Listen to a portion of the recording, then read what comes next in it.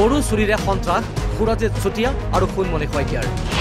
ঢকুৱাখানা অঞ্চলত দীৰ্ঘদিনে চলাই আহিছিল সন্ত্ৰাস। এইকেইটা চোৰে দীৰ্ঘদিন ধৰি ঢকুৱাখানাত মাছখোৱা ঘিলামাৰাত আৰু বিভিন্ন ঢকুৱাখানাৰ দাঁতি কাষেৰে গাঁৱত সন্ত্ৰাস চলাই আছিলে। অৱশেষত আৰক্ষীয়ে হাতে লোতে ধৰিলে দুই গৰু চোৰক। 8টা গোধন উদ্ধাৰৰ লগতে গ্ৰেপ্তাৰ সুৰজিৎ চুতীয়া আৰু সোণমণি শইকীয়া।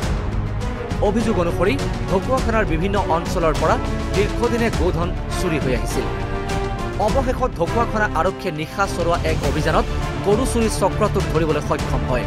AS07 BC 9001 নম্বৰৰ বলেৰো মেক্স পিকআপ ভানত ঘিলামৰা থানাৰ অন্তৰ্গত ঘাহিবাৰীৰ পৰা 4টা গৰু চুৰি কৰি আনি থকাৰ পথত ঢকুৱাখানা আৰক্ষীয়ে চোৰকেইটাক ধৰিবলৈ সক্ষম হয়। চোৰ দুটাই প্ৰথমে ভুৱা কাগজ পাতি দেখুৱাই গৰুকেইটা কিনি অনা বুলি কৈছিল যদিও পিছত আৰক্ষী জেৰাত গৰুকেইটা চুৰি কৰি অনা বুলি স্বীকাৰ কৰে। অভিযুক্ত চোৰ দুটাৰ এটা ঘিলামৰা থানাৰ অন্তৰ্গত কাঠগাঁৱৰ সুৰজিৎ চুতীয়া আৰু মৰনৈ গাঁৱৰ সোণমণি শইকীয়া। দুই অভিযুক্ত চোৰে বহুকেইটা গোধন লুকুৱাই ৰখাৰ কথা স্বীকাৰ কৰাৰ পিছতেই আৰক্ষীয়ে আৰম্ভ কৰিছে গোধন উদ্ধাৰ অভিযান। হয়, ইতিমধ্যে আপোনালোকে ঢকুৱাখানাবাসীৰ লগতে ঢকুৱাখানা ঘিলামাৰা মাছখোৱা এই গৰু চোৰৰ যিটো সন্ত্ৰাস, এইকেইটা চোৰে দীৰ্ঘদিন ধৰি ঢকুৱাখানাত মাছখোৱা ঘিলামাৰাত আৰু বিভিন্ন ঢকুৱাখানাৰ দাঁতি কাষেৰে গাঁৱত সন্ত্ৰাস চলাই আছিলে। আৰু এই চোৰকেইটাক বিভিন্ন গাঁৱত গৈ চুৰ কৰি ইতিমধ্যে পুলিচে গোপন সূত্ৰ পম খেদি ইতিমধ্যে পুৱতি নিশা এই 8টা গৰুসহ চোৰকেইটাক ইতিমধ্যে গ্ৰেপ্তাৰ কৰিবলৈ সক্ষম হৈছে। তাৰ কাৰণে আমি ঢকুৱাখানা আৰক্ষীক ধন্যবাদ জনাইছোঁ আৰু ঢকুৱাখানা গাঁৱৰ সমূহ ৰাইজে ইতিমধ্যে ধন্যবাদ জনাইছে। কাৰণ গৰুকেইটা দুখীয়া মানুহৰ গৰু হয় আৰু এই গৰুকেইটা ইতিমধ্যে উদ্ধাৰ কৰিবলৈ সক্ষম হোৱাৰ কাৰণে আমি ঢকুৱাখানাবাসী হিচাপে আমি সুখী হৈছোঁ আৰু আমি ঢকুৱাখানা আৰক্ষীক আমি ধন্যবাদ জনাইছোঁ। ঢকুৱাখানাৰ পৰা প্ৰাঞ্জল দত্ত, অসম লাইভ 24।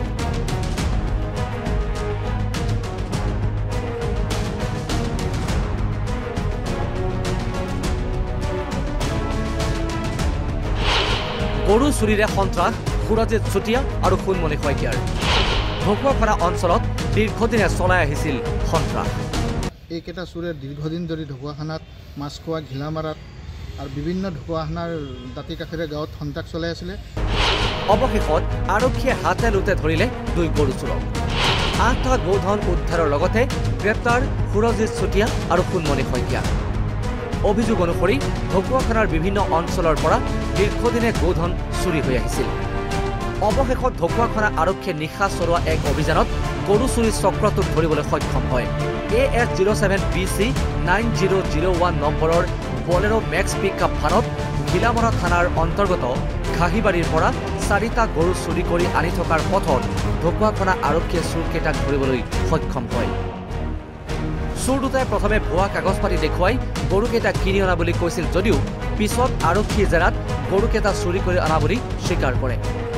অভিযুক্ত চোৰ দুটাৰ এটা ঘিলামৰা থানাৰ অন্তৰ্গত কাঠগাঁৱৰ সুৰজিৎ চুতীয়া আৰু মৰনৈ গাঁৱৰ সোণমণি শইকীয়া।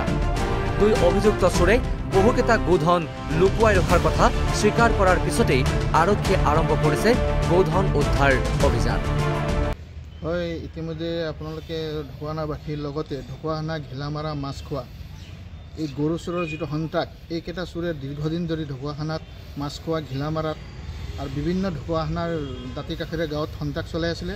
আৰু এই চোৰকেইটাক বিভিন্ন গাঁৱত গৈ চুৰ কৰি ইতিমধ্যে পুলিচে গোপন সূত্ৰ পম খেদি ইতিমধ্যে পুৱতি নিশা এই 8টা গৰুসহ চোৰকেইটাক ইতিমধ্যে গ্ৰেপ্তাৰ কৰিবলৈ সক্ষম হৈছে। তাৰ কাৰণে আমি ঢকুৱাখানা আৰক্ষীক ধন্যবাদ জনাইছোঁ আৰু ঢকুৱাখানা গাঁৱৰ সমূহ ৰাইজে ইতিমধ্যে ধন্যবাদ জনাইছে। কাৰণ গৰুকেইটা দুখীয়া মানুহৰ গৰু হয় আৰু এই গৰুকেইটা ইতিমধ্যে উদ্ধাৰ কৰিবলৈ সক্ষম হোৱাৰ কাৰণে আমি ঢকুৱাখানাবাসী হিচাপে আমি সুখী হৈছোঁ আৰু আমি ঢকুৱাখানা আৰক্ষীক আমি ধন্যবাদ জনাইছোঁ। ঢকুৱাখানাৰ পৰা প্ৰাঞ্জল দত্ত, অসম লাইভ 24।